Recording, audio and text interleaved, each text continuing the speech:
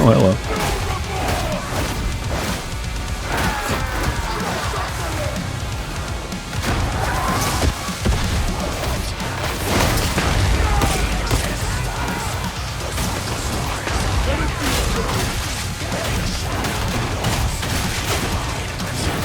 I'm fucked.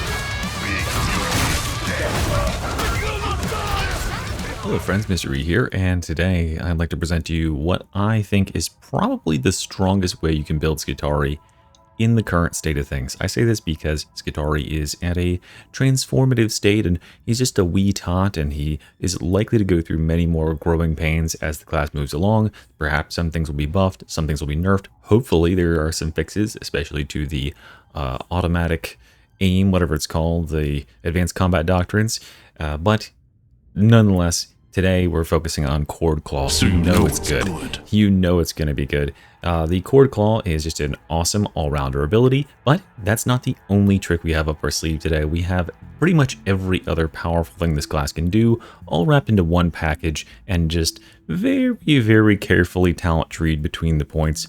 I think it's quite a strong build, and I'll explain exactly how it works as we go along. But let's go ahead and get started here with our melee weapons. No prizes for guessing that it would be the Shock Maul and the Phosphor Blast Pistol. The Shock Maul is a weapon that is one of the best weapons in terms of blessings in the entire game. It provides an crazy amount of support and additive damage to your whole team as well as yourself. However, it suffers base damage issues and it falls a little bit behind other weapons on other classes. However, the Skitarii says, nah, fuck all that. It's going to get as much or more damage than many other options.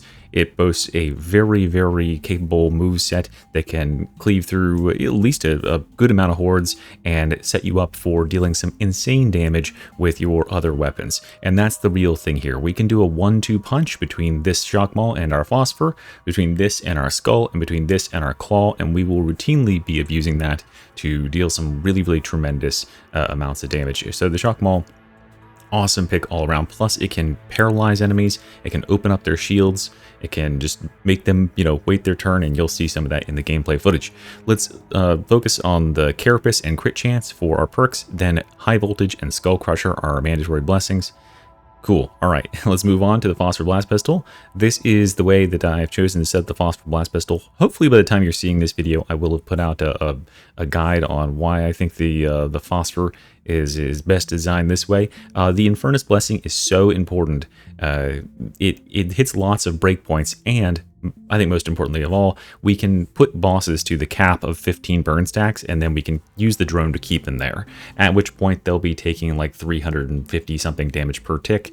That's a lot of damage. It's going to be thousands and thousands of damage that we get to do to bosses for essentially free, and being able to shoot enemies and watching them burn for a lot is very, very good. So Infernus is great, especially when you can guarantee it with surgical. This weapon starts with a base 40% crit with our build, and that means that we only have to aim for 1 second to get a 70% chance to crit and 2 seconds to get a guarantee, although I like to roll them bones at the 70% mark there.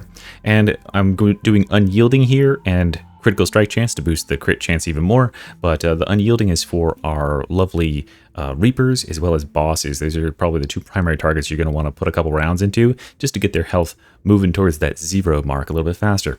And then we'll come down here and we'll look at our Curios. We are going max toughness, combat ability regeneration, ally revive speed, and toughness regeneration speed all the way across the board. The first one up, allied or the combat ability regeneration, non-negotiable. And none of this is really negotiable. Just copy the build, okay?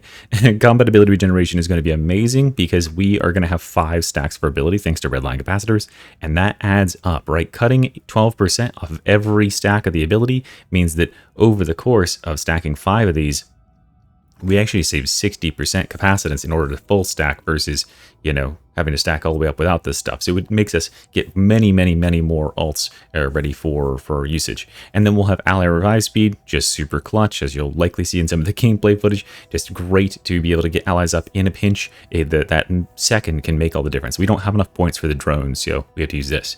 And then we'll do toughness regeneration speed. We are using an aura, as we'll go over here to the talent tree. We are using this aura. The reason being we can't reach the other ones. Well, we can reach this one, but this is just better. And this, honestly, I'll hopefully make a video on this showing what this actually does. But it has like it's about like 2% or 2 to 3% of our toughness regenerated per second. It's pretty nice. Just having that and always being around your allies with it. It is just a good benefit for everybody on the team. And yeah, so we're going to bring that because if you don't have an aura, you have so little toughness. You have like 82 toughness on Havoc 40, and that is not enough. that's really not good. So yeah, we grab that, and then we're going to get some regeneration and keep us ticking up, which will actually add up to a lot. Now let's go ahead and go through the talent tree here.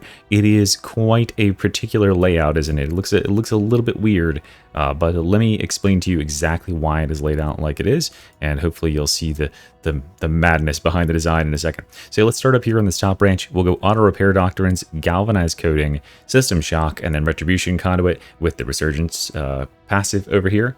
Now the reason we're coming this way is because this is awesome. This is really good. Like this toughness damage, or it's not toughness damage reduction, it's all damage reduction. It's damage resistance. This is a great defensive node, applies to melee and range, and if we take a hit we lose 5% capacitance. That's okay. You know, I might come back to that later, but what if that wasn't such a bad thing? Then we'll take system shock. This means we can guarantee apply 4 stacks of brittleness to enemies by taser goading them with our shock maul, which is awesome. We can also shock them by like hitting them hard enough with our melee. It gives them a little bit of a shock, which will trigger retribution conduit here. That is 10% damage versus electrocuted, increased by 5% per current charge, which means when we are on our max charges with redline capacitors over here, we are going to be hanging out somewhere in the ballpark of 35 plus 25% damage versus electrocuted. So if you're staying on your melee weapon here and you hit anybody, if they get staggered, they will have it's like a 1.5 or 2 second electric little charge to them. They are counted as electrocuted, and that means you're going to get 60% damage on follow-up hits. Or you can swap to your range weapon, where you will still get this benefit. It will still be 35 or whatever, you know, percentage extra. So this is a great way to buff your baseline.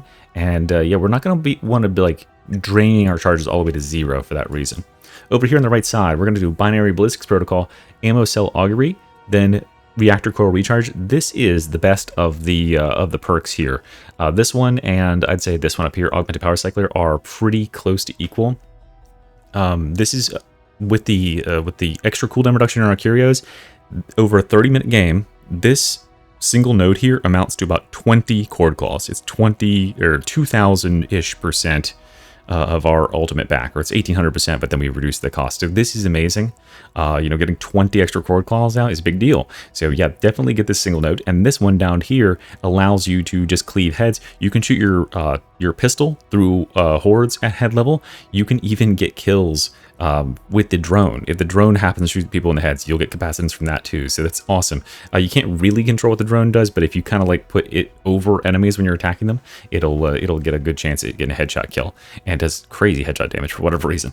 So then we have Mobian Conductor here. We have Threat Detection Imperative, then Superior Defense Engrams, and Hybrid Combat Covenant. These are all triggered by range attacks. You might be wondering, are we really using range that much? We do use our pistol a good bit, but most of these, almost all of them in fact, are going to be triggered consistently by the drone. The combat drone is going to be just destroying enemies and giving us a ton of this resistance, damage resistance, and actually giving us melee damage, which is great. Over here, we're going to go power redistribution uplink, then last stand relay, then flux conduit buildup.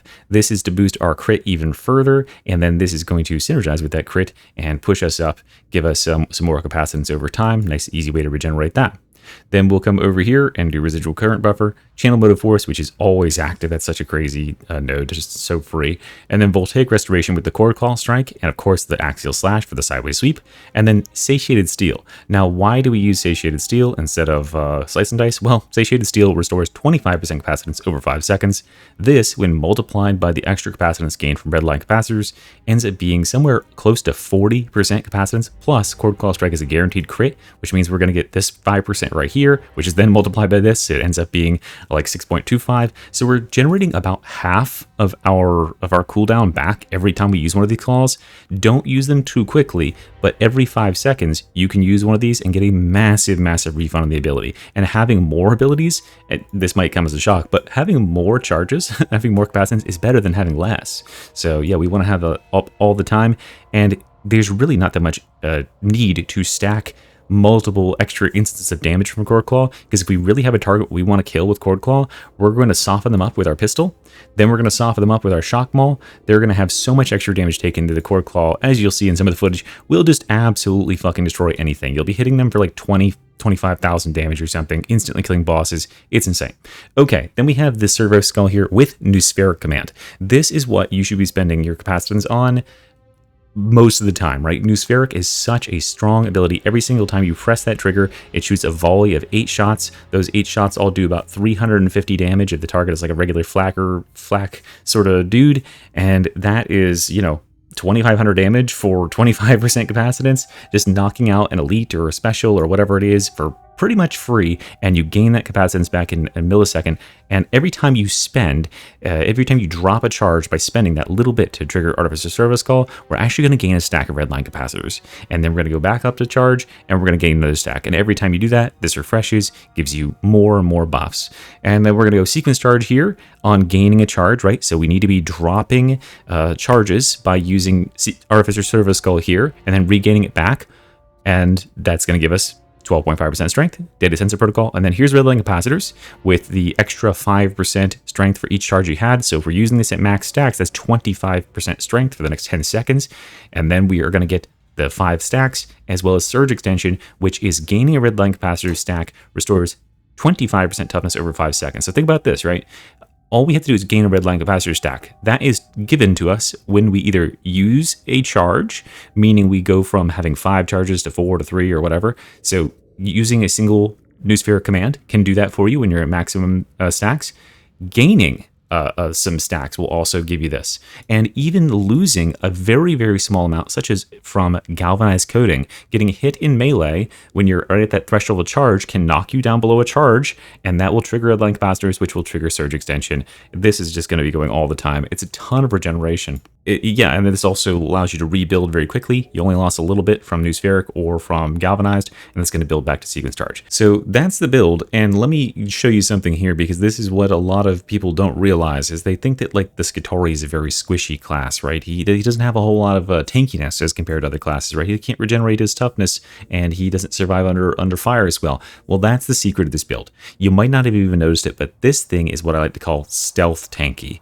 It is ungodly damage resistant, and it can sweat off all sorts of crazy damage just by virtue of having a stupid number of regeneration and toughness buffs. Let's count them up really quickly. We have threat detection impaired over here. This is 20% toughness damage reduction. Then if we have crit in the last 3 seconds, we have another 15 for 35. If we have about 4 stacks of our ultimate, we are going to be at 20% more, so 55% toughness damage reduction. And then when we have 5 stacks of redline capacitors, which we will for like 95% of the game, we will have up to 80% toughness damage reduction. And then you get to throw in another 15% damage resistance, which is calculated multiplicatively, so it's even better. And that means that overall, we're at like a little bit more than 100% damage resistance to our toughness. Our toughness is hard as fucking nails. And then the question is like, okay, well, how do we get our toughness back? Do we have to go bonk enemies? Well, here's the way this adds up. We get 5% per second from elite kills, which are pretty much all the time, especially on Havoc, where this build is designed to play. We are also getting 5% per second for most of the game because of our drone picking up kills and giving us superior defense engrams. We're at 10% per second now. We're going to get 2.5% per second if we have crit in the last 3 seconds, which is pretty dang common.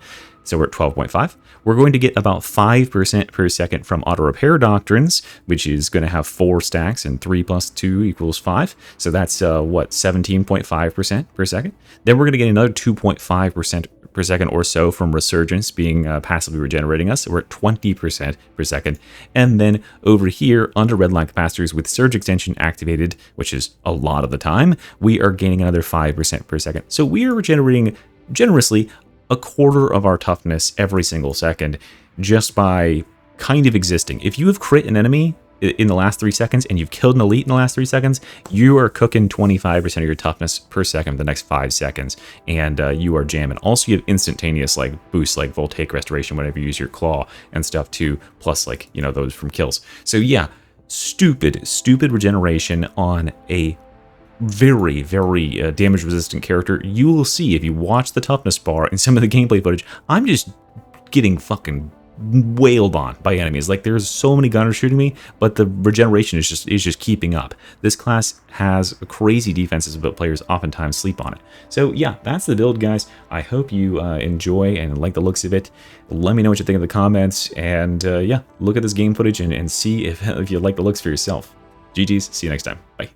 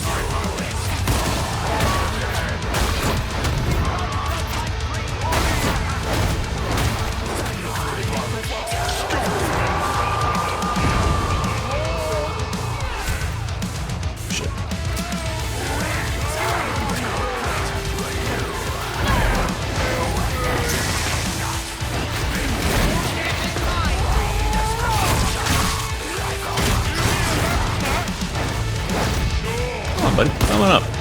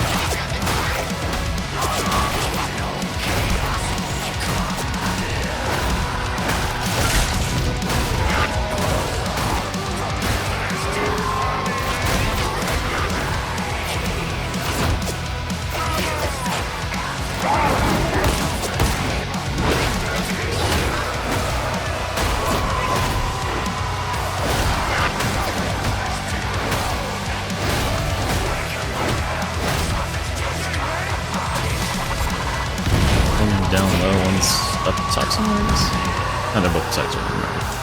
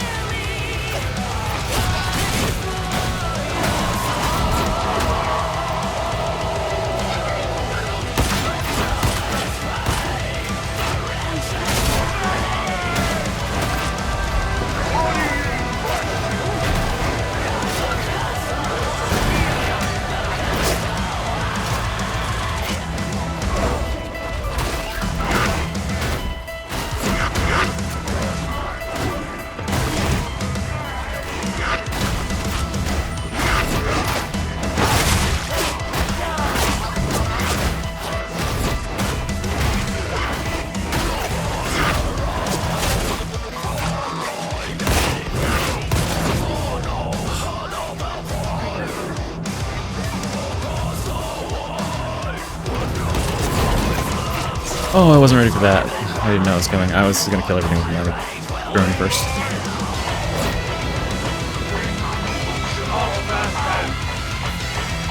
You guys stand back a little bit, don't I respawn? I think you're fine right there, actually.